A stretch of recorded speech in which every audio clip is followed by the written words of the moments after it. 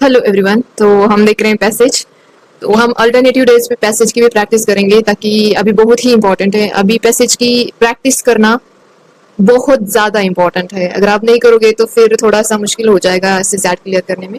वैसे हर बार मैंने आपको बोला है कि सीसैट में आपको पहले इजी इजी क्वेश्चंस ढूंढने हैं, फिर जैसे यूपीएससी का पैटर्न है कि मतलब जैसे पहले दो पैसेज है, फिर मैथ है, फिर रीजनिंग है, वैसे सॉल्व करते जाइए और आराम से टिक करना प्रॉपरली देख के। मतलब कभी कभी होता है ना, हम एक हाथ मतलब 71 का कभी 72 को कर देते हैं, कभी 72 का कभी 73 को टिक कर देते हैं। मतलब जो गोल बनाना होता है वो हम गलत जगह पे करते हैं, तो वो प्रॉपर देख के करना। ये चीजें ध्यान में रखना, अभी प्रैक्टिस करते टाइम पे ही याद रखना, ठीक है।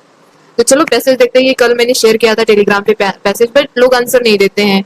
आंसर देना चाहिए, ऐसे एक्टिविटीज में एंगेज होना चाहिए, ताकि हम हमारा माइंड एक्टिव होता रहता है और हमें हमारे हमारे लिए लंबे टाइम के लिए याद रहता है, ठीक है।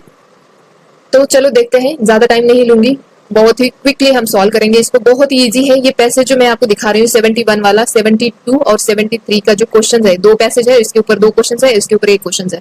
तो ये वाले क्वेश्चन आपको स्किप नहीं करनी है। ऐसे मतलब एक तो पैसेज बहुत छोटे होते हैं और इसके क्वेश्चन जो है बहुत ईजी होते हैं, तो आसानी से आप इसको सॉल्व कर सकते हो। तो इसको बिल्कुल स्किप मत करना।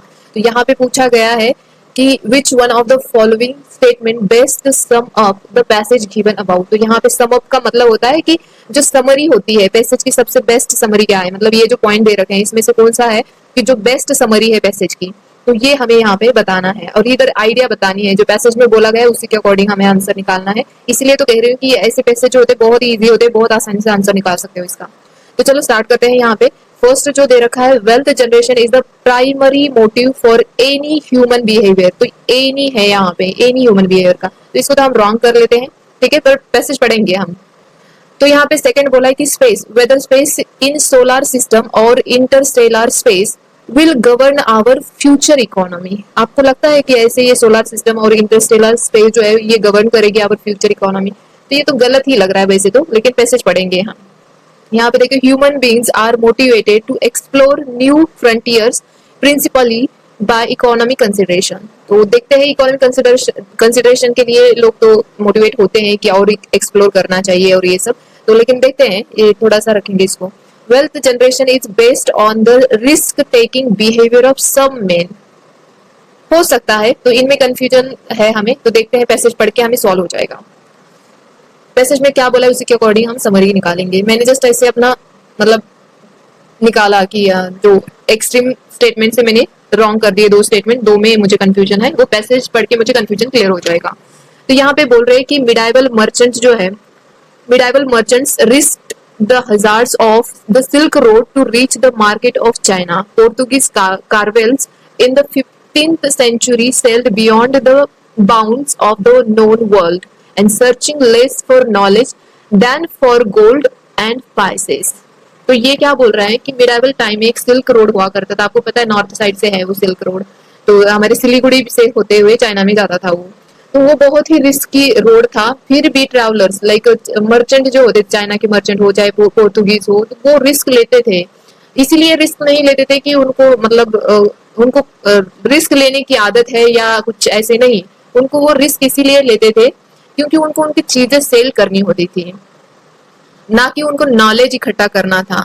वो गोल्ड स्पाइसेस, इधर आपको एशियन कंट्रीज में स्पाइसेस ज्यादा मिलते थे, तो इसी चक्कर में वो सर्चिंग के चक्कर में यहाँ पे आते थे, रिस्क लेते थे। मतलब जो सिल्क रोड है वो बहुत ही डेंजर था, फिर भी वो इसी चक्कर में आते थे। तो ये बोल रही है स्टेटमेंट। तो यहाँ से तो मेरा आंसर बिल्कुल क्लियर हो जाता है कि यहाँ पे ये तो देखो, इन्होंने बोला है कि wealth generation is based on the risk taking behaviour of some men. तो देखो, रिस्क टेकिंग बिहेवियर उनका नहीं होता था, या उनको वेल्थ जनरेशन नहीं करनी थी, उनको तो ये मर्चेंट थे, तो उनको ट्रेडिंग करना था बेसिकली, तो इसीलिए लेते थे। तो यहाँ पे ये हमारा डिलीट हो जाता है, हमारा आंसर सी आ जाता है। एक्चुअली आंसर इसका सी ही है, लेकिन मैं आपको दिखा रही थी कि कैसे आप निकाल सकते हो answer.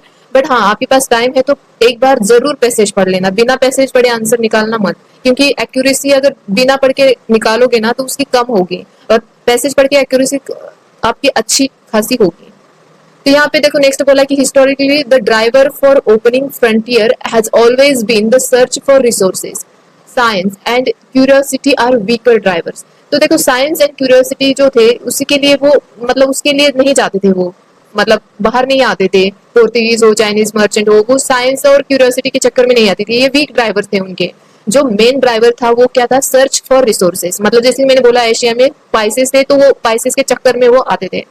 So the only way to open up space, whether the space of solar system or interstellar space, is to create an economic engine, and that engine is resource extraction. मैंने बोला था ना आपको, रिसोर्स एक्सट्रैक्शन के चक्कर में ये चलते थे, ना कि यहाँ पे इनको वेल्थ जनरेशन करनी थी या उनको जो सोलर सिस्टम है वो फ्यूचर इकोनॉमी को गवर्न करेगी, ऐसा कुछ भी नहीं था, बस इनका रिसोर्स का था. तो यहाँ पे करेक्ट ऑप्शन जो है सी बन जाता है कि human beings are motivated to explore new frontier principally by economic considerations. तो ये बेस्ट समरी है इस पैसेज की. जो पूछा गया है वो सर्वोत्तम सार जो बोला है, हिंदी में सर्वोत्तम सार बोला जाता है, तो ये बेस्ट आंसर, मतलब इसका करेक्ट आंसर है. तो अब देखते हैं नेक्स्ट पैसेज. यहाँ पे देखो 72 वाला क्वेश्चन यहाँ पे बोला है कि idea which the first part of the passage mention. तो यहाँ पे जो फर्स्ट पार्ट है पैसेज का, हाँ, ये जो यहाँ से लेके यहाँ तक ये फर्स्ट पार्ट है, और यहाँ से लेके यहाँ तक ये सेकंड पार्ट है. तो हमें अभी इस क्वेश्चन के लिए ये इतना पार्ट देखना है. तो यहाँ पे बोला कि most people would agree that telling deliberate lies is wrong. बोल रहे हैं कि मोस्ट पीपल को ऐसे लगता है कि झूठ बोलना है, मतलब जानबूझ के झूठ बोलना ही गलत है, ऐसे लगता है काफी लोगों को. Except perhaps in certain special situation where more harm will be done by telling the truth.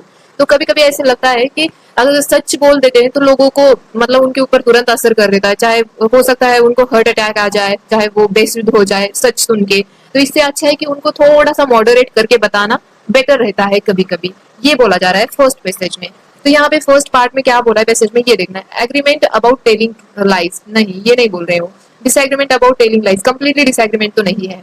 Disagreement about telling the truth, telling truth नहीं, वो बोल रहे हैं कि मॉडरेटली हमें थोड़ा सा उसको अच्छे से, मतलब स्पेशल सिचुएशन में, खास करके जहाँ पे आपको लगता है कि हार्म हो सकता है, तो उस टाइम पे आपको ट्रूथ जो होता है वो थोड़ा मॉडरेट करके बताना चाहिए, या थोड़ा सा मतलब डेलिब्रेट झूठ भी उसमें ऐड कर सकते हो, इस तरह से होता है.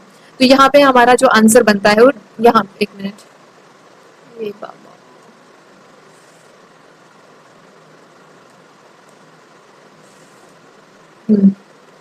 कोई बात नहीं, ठीक है, ये ग्रीन हो गया है ना.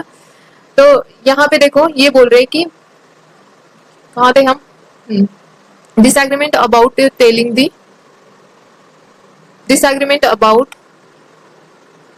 The harm in telling the truth. तो यहाँ पे आंसर हमारा डी बन जाता है, सही आंसर हमारा डी बन जाता है. ठीक है,